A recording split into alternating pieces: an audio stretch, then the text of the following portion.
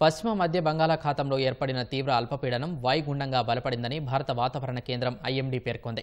ఇది బంగ్లాదేశ్లోని కేపు పరాకు దక్షిణ నైరుతి దిశగా 700 కిలోమీటర్లు, పశ్చిమ బెంగాల్ సమీపంలోని సాగర్ ద్వీపానికి 660 కిలోమీటర్లు, క్యానింగ్కు 710 కిలోమీటర్లు దూరంలో కేంద్రీకృతమై ఉందని వెల్లడించింది.